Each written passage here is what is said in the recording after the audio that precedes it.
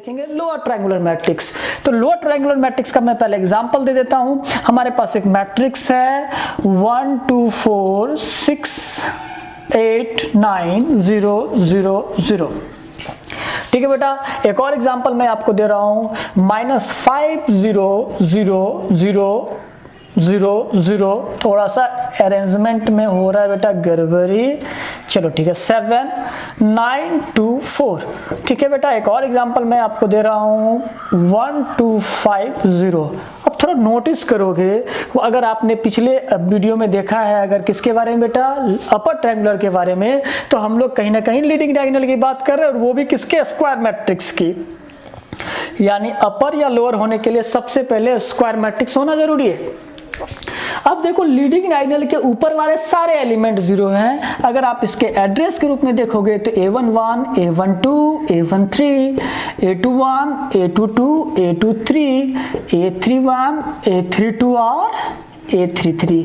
अब अगर इस लीडिंग एलिमेंट को, लीडिंग डायगोनल के एलिमेंट को अगर आप ले लो बेटा, तो लीडिंग एलिमेंट के ऊपर वाले सारे के सारे एलिमेंट एक साथ जीरो हैं, तो इसका मतलब है कि ऐसे मैट्रिक्स को हम लोग क्या बोलेंगे, लोअर ट्रायंगुलर मैट्रिक्स। यानी लोअर ट्रायंगुलर का मतलब है कि उसके भी जितने भी नॉन जीरो एलिमेंट होने चाहिए वो कहीं ना कहीं लोअर में बिलोंग करने चाहिए, नीचे में बिलोंग करने चाहिए। ठीक है, और लोअर के अलावा यानी लीडिंग डायगोनल के अलावा ऊपर वाले जितने भी एलिमेंट होने चाहिए वो सारे के सारे क्या होने चाहिए, zero.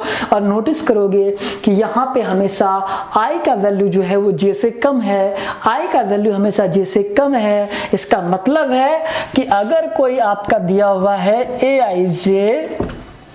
aij m cross m और ये आपको कह रहा है लोअर ट्रायंगुलर मैट्रिक्स है, तो aij का वैल्यू जीरो होगा for all values of i is less than j।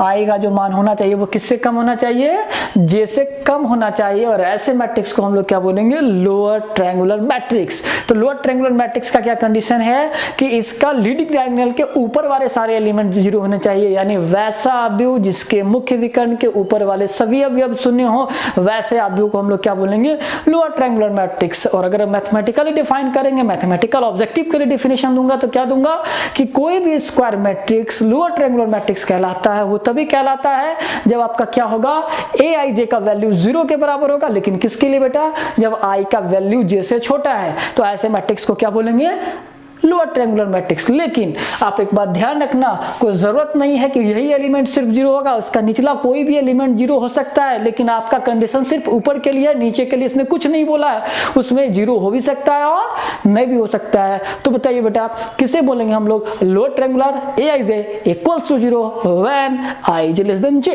चलो अब हम लोग इससे आगे बढ़ते हैं, नेक्स्ट मैट्रिक्स के बारे में हम लोग पढ़ेंगे। इसके बाद अगला मैट्रिक्स पढ़ेंगे और वो जो मैट्रिक्स होगा वो आपका होगा बिल्कुल छोटा सा, सबसे छोटा मैट्रिक्स, बहुत ही छोटा मैट्रिक्स। चलो बेटा अब आप इस मैट्रिक्स को पहचान लो, कौन सा मैट्रिक्स है ये बताओ।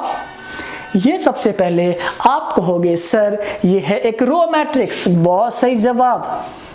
आप इसको देख के बोलोगे सर ये है आपका कॉलम मैट्रिक्स, बिल्कुल बहुत सही जवाब। फिर आप इसको देख के बोलोगे सर ये है स्क्वायर मैट्रिक्स, बिल्कुल सही आंसर।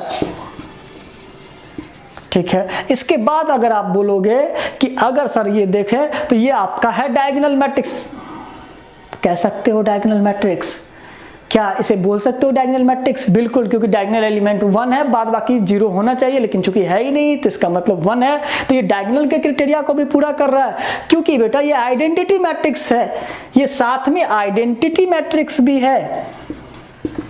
ठीक है बेटा, ये आपका एक आइडेंटिटी मैट्रिक्स है, आइडेंटिटी है तो डेफिनेटली स्केलर भी होगा। अब बताओ इसका एक और नाम है और it is known as the singleton matrix. क्या कहेंगे इसको बेटा, सिंगलटन मैट्रिक्स। सिंगलटन मैट्रिक्स का मतलब वैसा मैट्रिक्स जिसमें सिर्फ एक एलिमेंट हो। तो इसका मतलब है, एक और एग्जांपल मैं दे सकता हूं 2। तो ये हमारा क्या है, सिंगलटन है, लेकिन ये आइडेंटिटी मैट्रिक्स नहीं है। यानी कि वैसा मैट्रिक्स आपका सिंगलटन मैट्रिक्स कहलाता है जिस मैट्रिक्स में सिर्फ एक एलिमेंट हो, और हम लोग इसका नाम नंबर देंगे 12, और हमारा अब जो नया मैट्रिक्स आया वो क्या कहलाएगा बेटा, सिंगलटन मैट्रिक्स।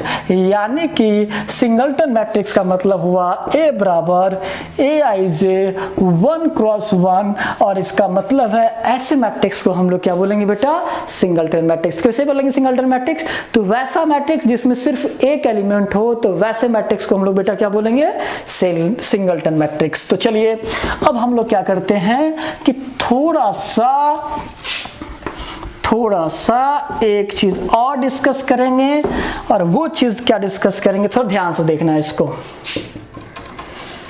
कि अब हमारे पास एक मैट्रिक्स दिया हुआ है, और यहाँ पे 1 2 3 4 5 6 7 8 9 है, और हम क्या करते हैं, इसके एक रो और एक कॉलम को डिलीट कर देते हैं। तो हमारे पास एक नया मैट्रिक्स क्या बनेगा बेटा, इसको डिलीट करने के बाद 5 6 8 9, और इसको हम लोग बोलेंगे इसका सब मैट्रिक्स। क्या बोलेंगे बेटा हम लोग, इसका सब मैट्रिक्स। नंबर याद रखना, हो सकता है 12 के बाद 13 हो। सब मैट्रिक्स क्या बोलेंगे बेटा, इसको सब मैट्रिक्स। तो सब मैट्रिक्स इसको बोलेंगे कि वैसा मैट्रिक्स जो किसी दिए गए मैट्रिक्स के रो या कॉलम को डिलीट करने के बाद जो प्राप्त होगा, 1 और मोर देन 1, कोई जरूरत नहीं कि एक ही को डिलीट करेंगे, एक से ज्यादा भी डिलीट कर सकते हैं किसी भी चीज को, या तो रो को या तो कॉलम को। तो वैसे मैट्रिक्स को बेटा हम लोग क्या बोलेंगे, सब मैट्रिक्स बोलेंगे। तो सब मैट्रिक्स कैसे बोलेंगे, तो किसी भी रो या कॉलम को डिलीट करने के बाद जो नया मैट्रिक्स बनेगा, it is known as the sub matrix of A. इसको क्या बोलेंगे बेटा, सब मैट्रिक्स ऑफ ए। तो मैंने आपको बताया इस वीडियो में किस किस मैट्रिक्स के बारे में, लोअर ट्रायंगुलर मैट्रिक्स के बारे में, सिंगलटन मैट्रिक्स के बारे में, और सब मैट्रिक्स के बारे में। लेकिन अब जो मैं आपको एक छोटा सा पॉइंट बताने वाला हूं, वो जनरली आपको किसी बुक में नहीं मिलेगा, ठीक है, और आपको वो कभी कभी ऑब्जेक्टिव में रहता है। उस पॉइंट को आप थोड़ा ध्यान से देखोगे। हमारे पास एक ले रहा हूं अपर ट्रायंगुलर मैट्रिक्स। बेटा मैं क्या ले रहा हूं, अपर ट्रायंगुलर मैट्रिक्स ले रहा हूं बेटा, ठीक है। और हमारे पास अपर ट्रायंगुलर मैट्रिक्स जो है वो क्या है बेटा, Aij m क्रॉस m, ठीक है। किस ऑर्डर का अपर ट्रायंगुलर मैट्रिक्स है, m क्रॉस m ऑर्डर का। ऑब्वियसली पता है कि जैसे ही अपर या लोअर ट्रायंगुलर मैट्रिक्स है, at first they have to be square matrix. उसे सबसे पहले के स्क्वायर मैट्रिक्स होना होगा। जब तक वह स्क्वायर मैट्रिक्स नहीं होगा तब तक ना तो अपर होगा ना तो लोअर होगा। जो रूल मैं यहाँ लगा रहा हूँ लोअर ट्रायंगुलर अपर में, वही रूल लोअर ट्रायंगुलर मैट्रिक्स में भी लगेगा। क्या बताना चाह रहा हूं उसको आप ध्यान से देखोगे, ठीक है। तो अब मान लो कि हमारे पास ये एक अपर ट्रायंगुलर मैट्रिक्स है इस ऑर्डर का। इसको हम लोग एक्सपेंड करके लिख सकते हैं बेटा, थोड़ा देखो तो एक्सपेंड करके मैं कैसे लिखूंगा, A11 A12 A13 dot dot A1m, क्योंकि इसमें m रो और m कॉलम है तो ऑब्वियसली यहां इसका वैल्यू m होगा। A21 A22 A23 dot dot A2m, और थोड़ा नीचे आओगे तो क्या लिखेंगे, A31 A32 A33 obviously dot dot A3m। अब इसके नीचे आओगे तो बेटा AM1, क्योंकि कॉलम इसमें m था और रो भी इसमें m ही होगा, क्योंकि जितने रो हैं उतने ही कॉलम है। तो अगला जो लिखेंगे तो क्या लिखेंगे बेटा, AM2 AM3 dot dot dot AMm, ठीक है। अब ये हमारा बेटा कौन सा डायगोनल एलिमेंट हो गया, बता सकते हो क्या कौन सा डायगोनल एलिमेंट हो गया, लीडिंग डायगोनल यानी प्रिंसिपल डायगोनल हो गया, ठीक है बेटा। अब बता सकता है कोई बच्चा इसमें कितने एलिमेंट्स होंगे, how many elements would be in it. Definitely आपका जवाब होगा सर m एलिमेंट्स। कितने एलिमेंट्स होंगे, m एलिमेंट्स होंगे, ठीक है बेटा। अब बताओ, चूंकि ये अपर ट्रायंगुलर मैट्रिक्स है, इसका मतलब है कि इधर वाला पार्ट 0 हो भी सकता है और नहीं भी हो सकता है, इस पार्ट में हो भी सकता है और नहीं भी हो सकता है, लेकिन आप कंफर्म हो इसके बारे में कि इस पार्ट में डेफिनेटली कितने आपके होंगे, 0 एलिमेंट होंगे। डेफिनेटली सारे के सारे एलिमेंट 0 होंगे।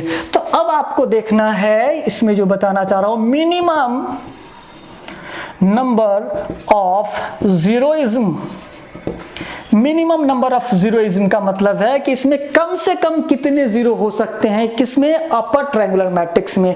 तो मान लो बेटा इसमें x एलिमेंट है और इसमें भी मान लो बेटा कितने एलिमेंट हैं, x एलिमेंट है, क्योंकि ऑब्वियसली जितने एलिमेंट इधर होंगे उतने एलिमेंट इस पार्ट में भी होगा।